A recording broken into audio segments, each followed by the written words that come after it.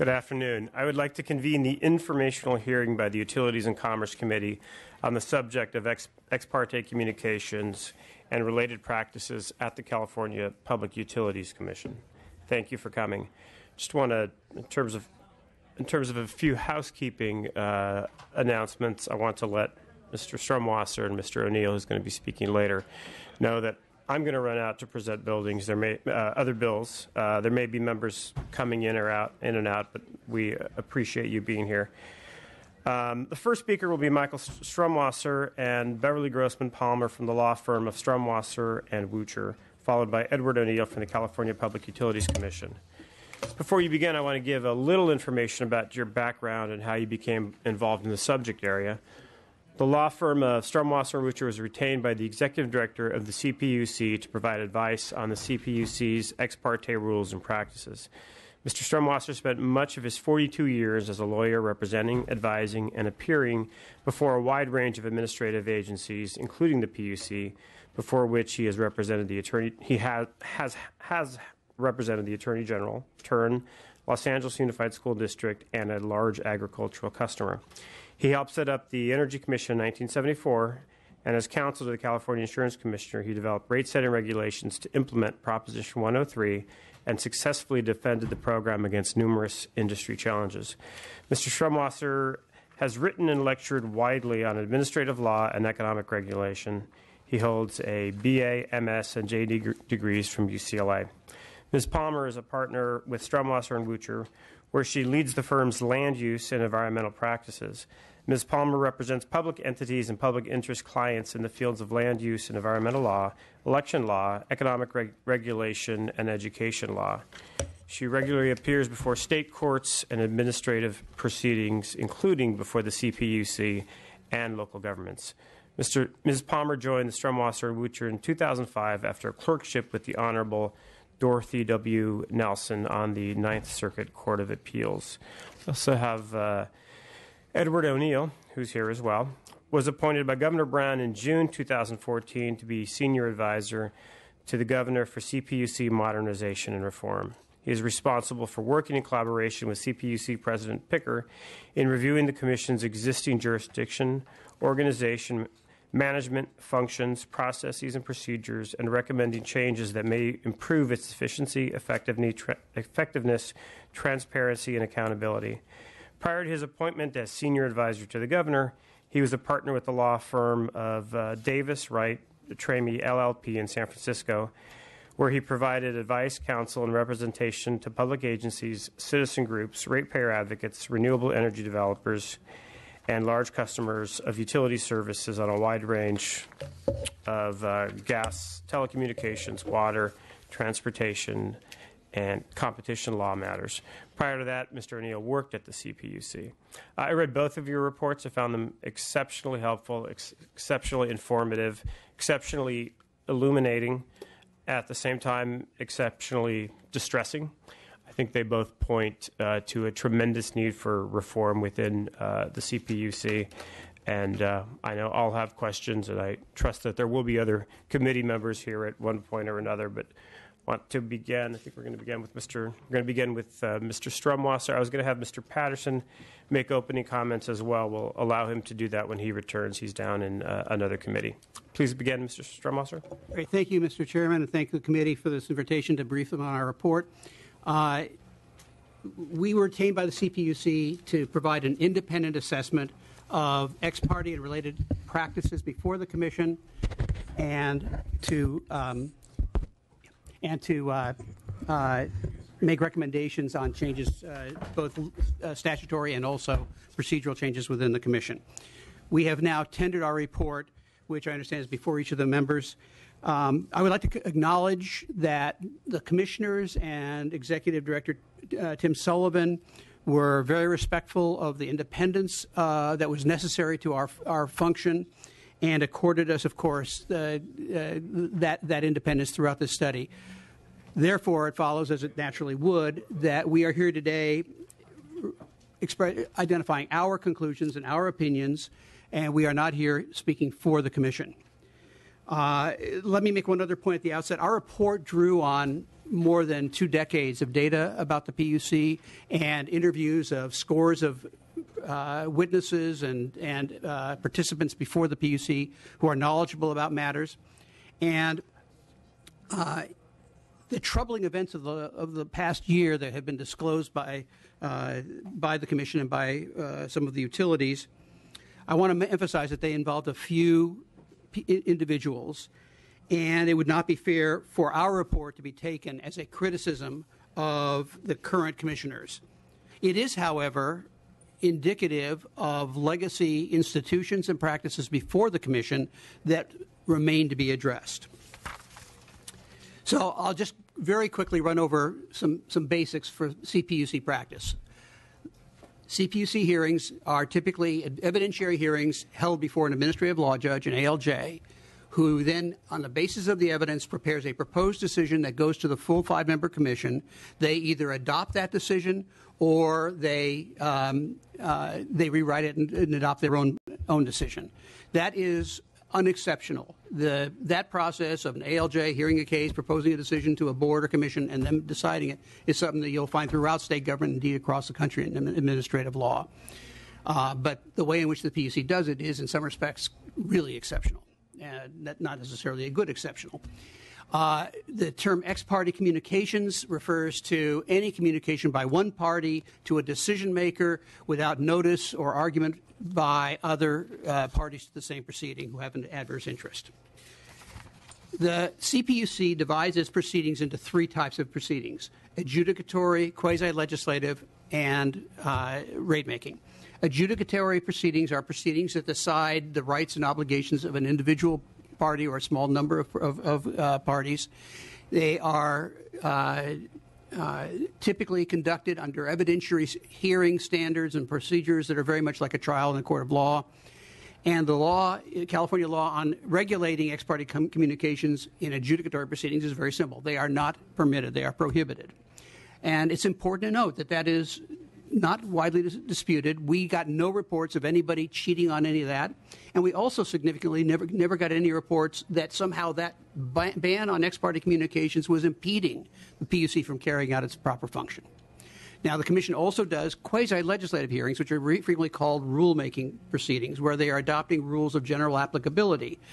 And the law, in general, the law says that quasi-legislative proceedings are, in quasi-legislative proceedings, the Commission is permitted to have ex parte communications without restriction.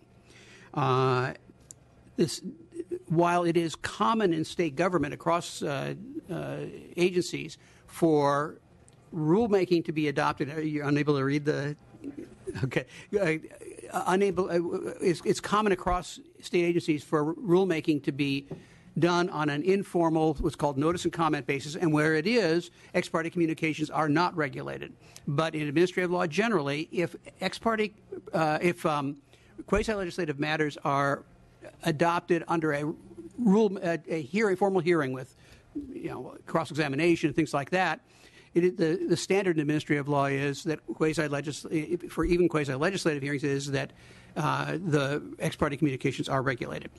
Now, then there is rate setting. As your members heard earlier today, that is the bulk of the proceedings in the PUC. Rate making, of course, it decides the rates of any one or more public utilities. And in a rate-making proceeding, the rule is complicated. Here is the law on ex parte communication rate setting, Public Utilities Code 1701.3c. Ex parte communications are prohibited in rate setting cases. Simple, right? But they're not done.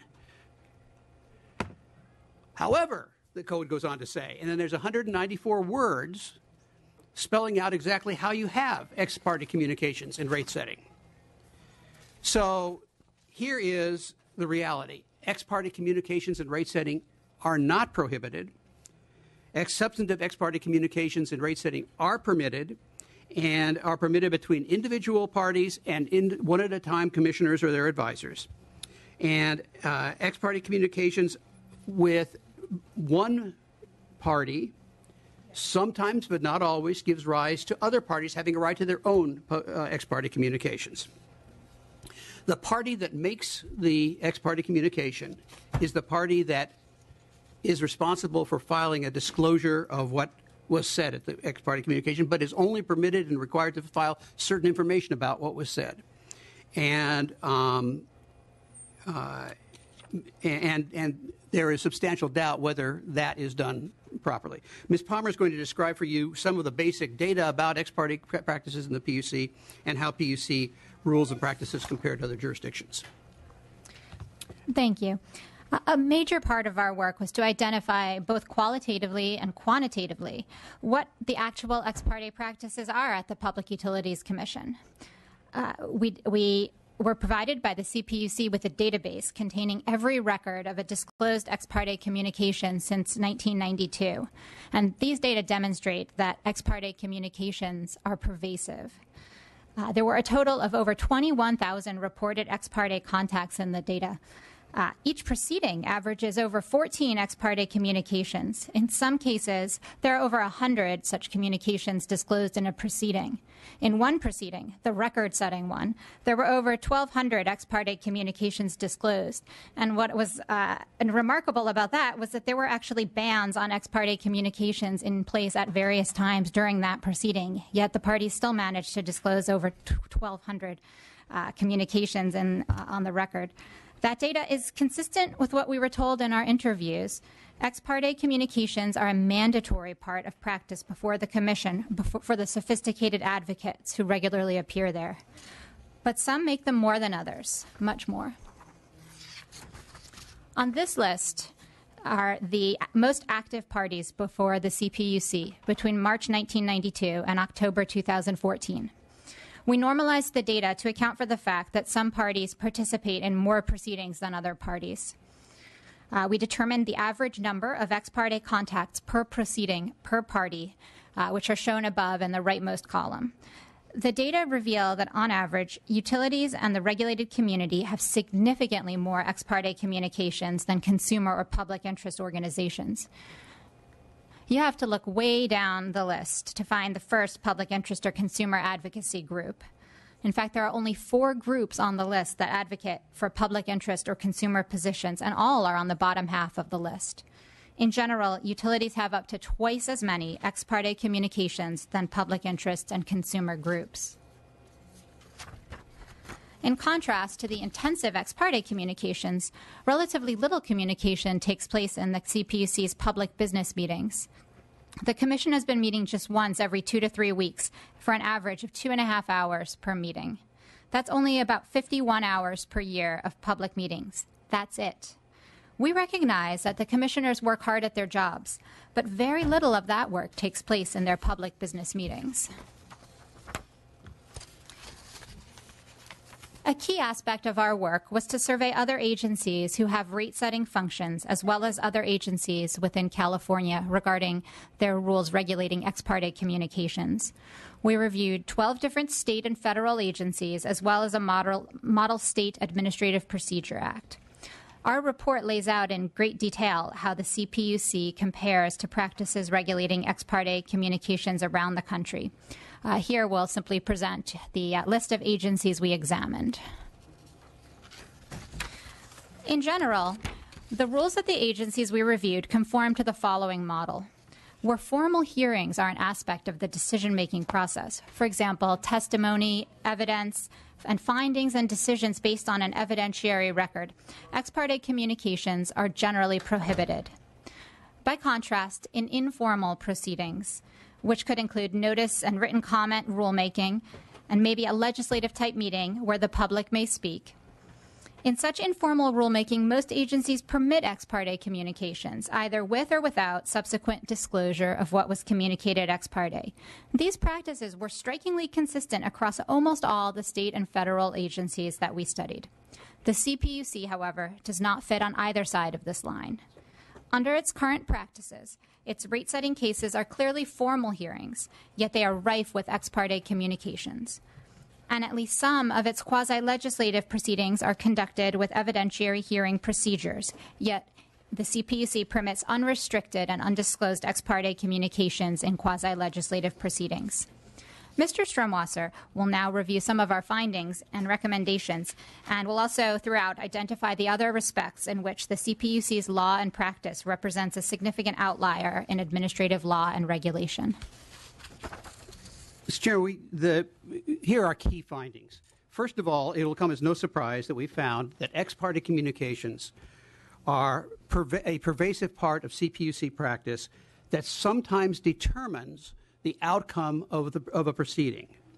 It appears that at least in some proceedings, ex parte communications influence how commissioners vote. And nobody seems to really dispute that. Nobody seems to dispute that ex parte communications affect votes. And from that, it should not come as any surprise that ex parte communications at the PUC are fundamentally unfair to the parties to the proceedings. Parties are losing cases in the CPUC, at least in part on the basis of communications by their adversaries to which they were not privy and about which they have no full knowledge of what their adversaries said and no realistic opportunity to rebut them. But the unfairness of the practice of ex parte communications to the parties is only the beginning. I want to emphasize this point. Everybody recognizes that ex parte communications can be unfair to parties, and whoever those parties are, we care about them. But the more important point that we've identified is that ex parte communications before the CPUC fundamentally alter the decision-making process and the decision-making itself.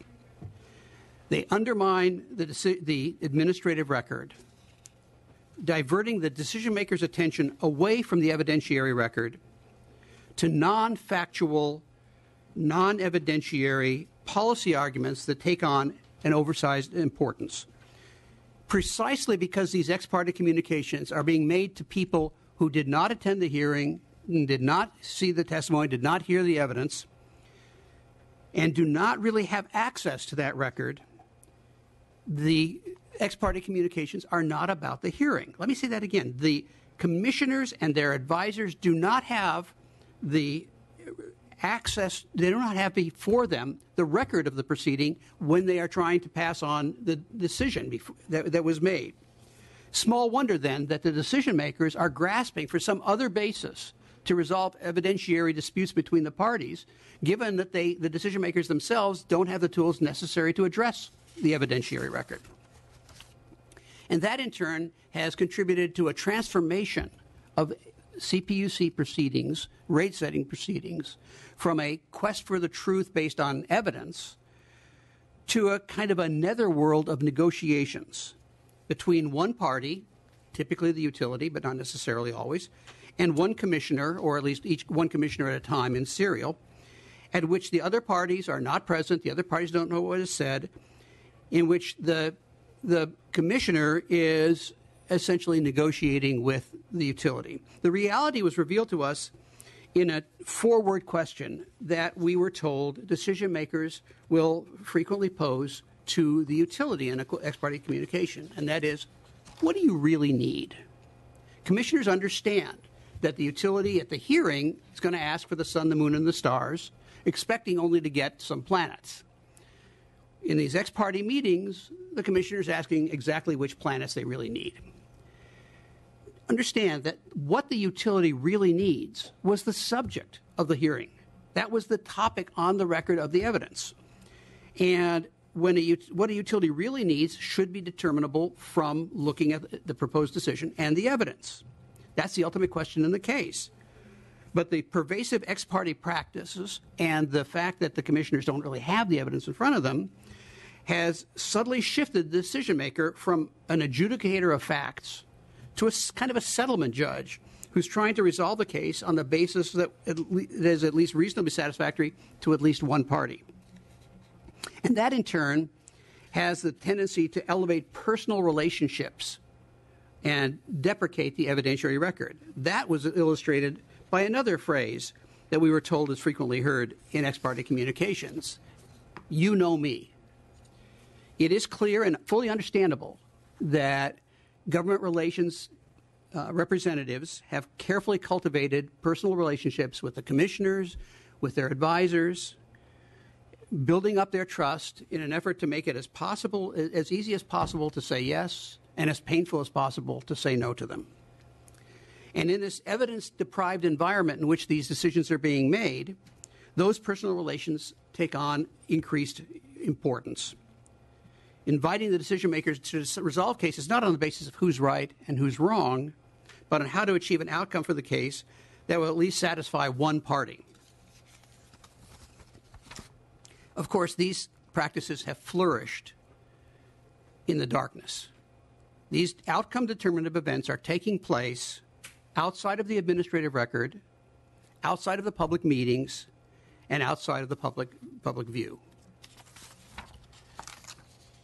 And that, in turn, has rendered the CPUC meetings not the place where big questions of governance, of public policy, of utility regulation are debated and decided, but places where the commissioners simply announce their votes to the public, sometimes reading prepared statements about why they voted the way they did. I want to emphasize, we do not have evidence, and we're not asserting that the PUC is violating the Bagley-Keene Act. We have no such evidence. We are not saying that the commissioners are agreeing in advance. They come to the meeting not having agreed, but each of the 5 commissioners comes already knowing what his or her vote is going to be. So that they're essentially casting votes they've already decided elsewhere. And so it's not just that the meetings are short, as we've shown, and are not substantive. They turn out to be the place. They turn out not to be the place that you go to watch governance in California. And ultimately, these practices have led to a corrosive effect on government ethics. Numerous people that we interviewed recounted a lack of ethical standards and ethical compass at the top of the organization. It was not just the violations that were revealed in the big email disclosures last year. It was an affirmative effort on the part of some past commissioners and their advisors to avoid public scrutiny of their actions. We were told of a loophole mentality where the laws were navigated to avoid public processes and to take full advantage of private communications with favored parties. This ethical void was symbolized by 4 words that were quoted to us by a number of sources. Don't say a word. Here's what that was about. Under the prevailing interpretation of the law in the PUC, it was believed that if a commissioner met with a party, but the party didn't talk, only the commissioner talked, that wasn't an ex-parte communication. We actually think that's not correct, but that was the interpretation. And so that led to a practice of a commissioner or advisor walking up to a utility and saying, don't say a word. Here's what you need to do in the pending proceeding, and they would then tell them what evidence to put in, what arguments to be made. And then that communication, because the utility didn't say anything, would not be a reported ex-parte communication by design. These episodes illustrate how ex-parte communications are corrosive of the standards that go on that were prevailing at the top of the organization. It's one thing. It's troubling enough that these conversations were transmitting information that the other parties didn't know, but it's even more troubling that nobody who was involved in these said, what are we doing? In what world does a judge get to say to a party, meet with them in private and say, here's what you have to do to win the case that's currently pending in front of me? Some ethical alarm did not go off, and that should have. So we've made 28 detailed recommendations that are recounted in our reports that you have there. They are listed in the back of the report, and they're numbered, and you'll see that each one refers to the pages where the recommendations were fully identified. I just propose to discuss today those that require legislative action. And excuse me. And the recommendations that really embrace our basic policy recommendation are 1 and 2. First, number 1 is that substantive ex-parte communications should be prohibited, not just in adjudications where they already are, but also in rate-setting cases. There is just no point in having a long, months-long, sometimes years-long evidentiary hearing with sworn testimony and objections and findings, and then have the case decided outside that record in an ex-parte communication. And number two, we recommend that as to quasi-legislative proceedings, the ex parte communications continue to be permitted, but that there be a requirement that the decision maker disclose the substance of those ex parte communications. And for whatever ex parte communications are permitted by the legislature, our recommendation is that the responsibility for disclosing those ex parte communications should rest with the decision maker, not with the parties. One of the major defenses that we hear to ex parte communications in the PUC is, oh, there's no problem because everybody has to disclose what was said in these secret meetings. Well, the disclosures are a sham and very few people dispute it. Nobody is disclosing information that it would be necessary for a party to know in order to have a meaningful opportunity to respond. Therefore, our recommendation number 7 is that the responsibility for the disclosures should rest with the decision maker. Now, that doesn't mean that it has to overburden the commissioners. We've suggested that the commissioner may ask the party who has requested a hearing, an ex parte meeting, to draft a proposed ex parte disclosure and give it to the commissioner, who, if it looks correct and satisfactory, simply signs it and files it. But we think it's essential that the commissioner have the responsibility to review the ex parte disclosure for completeness, make sure that it is a fair representation of what was said, and bear the responsibility of signing it and making it his or her disclosure. The other hole in the disclosure laws concerns what decision maker has said in the meeting. This is a problem that came out of the legislature, not the PUC. The code specifically prohibits disclosing what a commissioner says in an ex parte communication. This was obviously a misguided attempt to prevent an end run around the Bagley-Keene Act by commissioners using the ex parte communications to signal to one another how to vote. That was never a very realistic risk to begin with, and the cure is a lot worse than the disease. What advocate would not want to have a private meeting with a decision maker in which the advocate hears what the decision maker, the judge, thinks of the evidence, which way they're leaning, which witnesses and exhibits they think are credible and not credible, and have that knowledge all to themselves and know how to tailor their arguments accordingly. If one party knows these things, every party should know them. So the code should be amended to delete the prohibition and, in fact, institute a requirement that disclosures fully report what the decision maker said in the ex parte meeting. There should also be legislation enacted to create sanctions for the decision makers themselves, the commissioners and the advisors, who knowingly violate the ex parte laws. Many, many jurisdictions have precisely such laws. California is really an outlier in not imposing such sanctions on commissioners who knowingly violate the rules.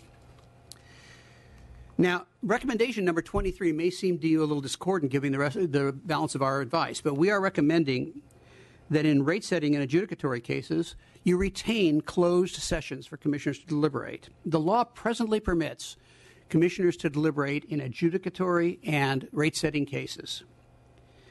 And we recommend retaining that. And in fact, we are recommending in our report that the commission use the closed sessions much more often. And here is why. In our conversations with the commissioners, it's clear that they want to deliberate with one another. But they won't do it in open session. They don't want to seem stupid. They want to have a full and fair and give and take with somebody, and they want to have it in a private session. And to be fair, that is something that we accord to other agencies in California who have adjudicatory type hearings based on an evidentiary record. They are allowed to meet in closed session, and so should the CPUC. The interesting question to us was, given that they can, and they say they want to, why haven't they been meeting in closed session?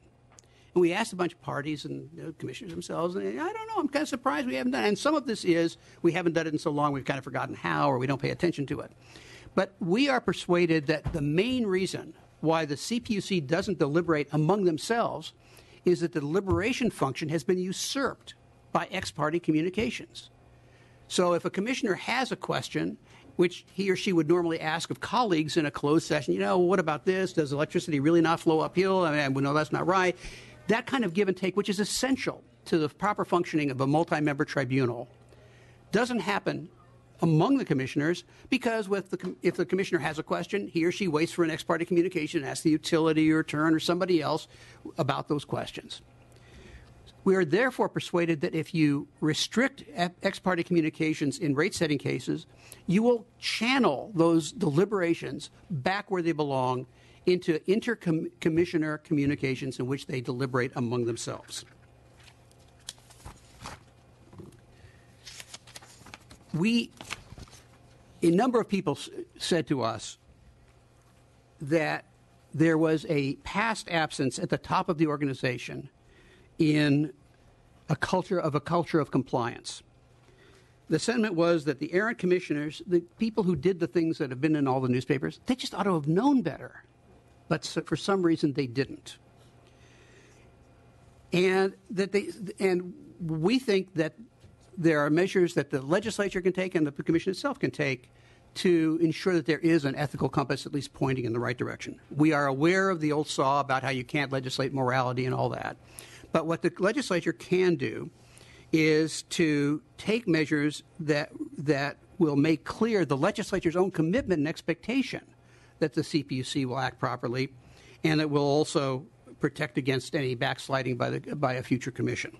We therefore have made two recommendations. Number 14 is a recommendation that the commission adopt two separate codes of conduct, one for commissioners themselves and one for advocates before the commission.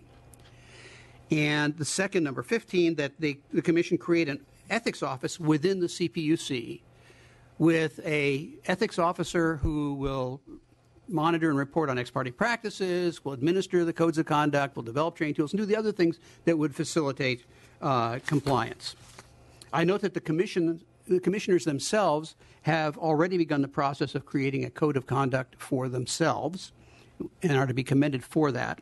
The legislature may wish to see what comes of that process. But legislation now would enable this body to underscore its own commitment to remedy the past conduct of the CPUC and to guard against backsliding by future commissions. Let me again thank the committee for this opportunity to share our findings with you and for the opportunity to address you this afternoon.